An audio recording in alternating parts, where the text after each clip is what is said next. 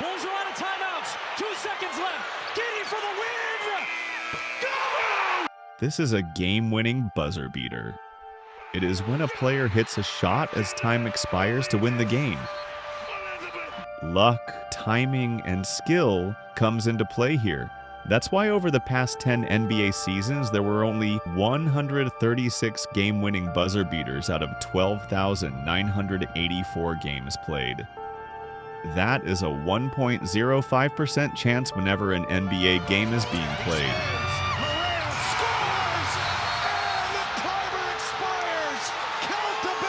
But it's not the hardest feat in sports. In fact, it doesn't even come close. So what may be? Nota de partida de 10. Luego hará dos mortales adelante agrupados. Sí, muy bien. Sí, señor. What you've just watched is the handspring, double salto, forward tucked, or the protonova vault. It is when a gymnast handsprings into 2 front somersaults in a tucked position. Any less than 2 successful front somersaults would mean a broken neck. The risk of injury and difficulty of this vault was so high that it was nicknamed the Vault of Death.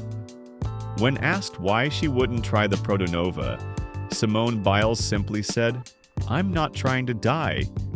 Goes to show the courage you need to try this move, let alone training and mastering it. The first gymnast to perform the protonova vault was Yelena Protonova from Russia in 1999, who the vault was named after. It's a 10-0 start value. Watch this. Since then, only 4 other gymnasts dared to try the vault, the most recent being Deepa Karmakar from India at the 2016 Rio Summer Olympics. She's done it. Oh, what a vault.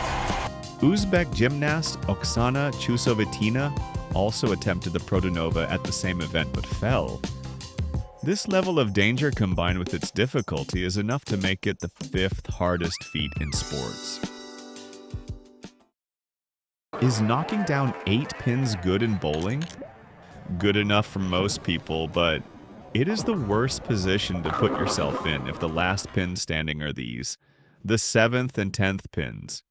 This is called the 7-10 split, and it is the hardest spare in bowling, with professional bowlers only converting about 0.7% of their attempts. Spin into the 7 pin over there. Now it's the 7-10, which is virtually impossible to make. And he did it! So what's the challenge? In order for one of the pins to knock down the other, the ball has to hit the pin right at this angle, and professionals can pretty much put the ball wherever they want. Except it is impossible for the ball to be in this spot. Because the pin is so far out, the ball would already be in the gutter before it could strike the pin at the perfect angle. The only way to convert a 7-10 split would be to bounce one pin of the wall to hit another. And here's the second challenge. You know how a bowling pin looks and you know how weird its shape is? There's no way anyone could predict how a bowling pin would bounce. The 7-10 spare is really a heave and hope shot. Your best bet is to launch the ball as hard as you can and hope one of the pins bounces to the other.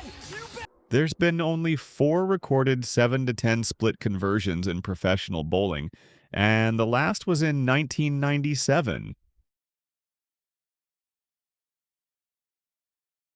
This is Axel Paulsen, and this is the Axel jump, named after Paulsen in 1882. It is the oldest jump in figure skating, but also the most difficult. It is relatively easy to identify as it is the only move where the skater takes off facing forward. On landing, however, the skater faces backwards, which means there is an extra half revolution than the name suggests. A double axel is 2.5 revolutions, and a triple axel is 3.5 revolutions. The triple axel is a prized move, as only 27 women have successfully completed the triple axel in international competition. But there's something bigger. Just 3 years ago, on September 14th, 2022, the world witnessed the first ever quadruple axel. Yes, we are! Just amazing! After the first triple axel was landed in 1978, the world would wait 44 years to witness an extra revolution. American skater Ilya Malinin performed what was once seen as impossible. Till this day, he is the only skater to have successfully landed the quad axel. 2-2. The runners go. Line drive caught by Brundtland. He makes the tag. It's a triple play. The unassisted triple play is like the unicorn of baseball plays, happening only 15 times of the league's 149 years history. A defensive player has to make all 3 outs without any teammates assisting for his name to be cemented in the books. Most unassisted triple plays in MLB have taken this form. An infielder catches a line drive for the first out. Line drive to the shortstop. That's one. Valentin Steps on second base to double off a runner for the second out. goes over to the bag for 2.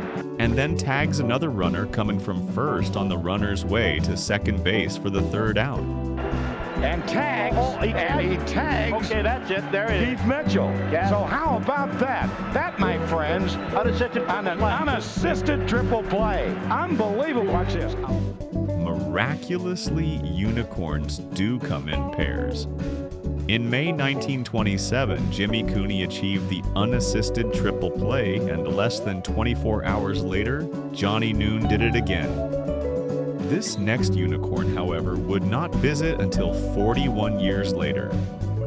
It is a quick sequence that requires perfect execution when given the chance, if any, as the 3 events have to fall together coincidentally for just a chance of the unassisted triple play to happen.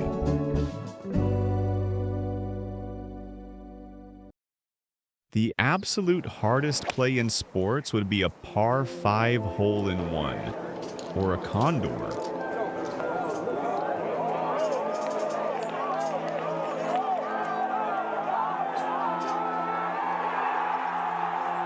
But what's a par or a condor?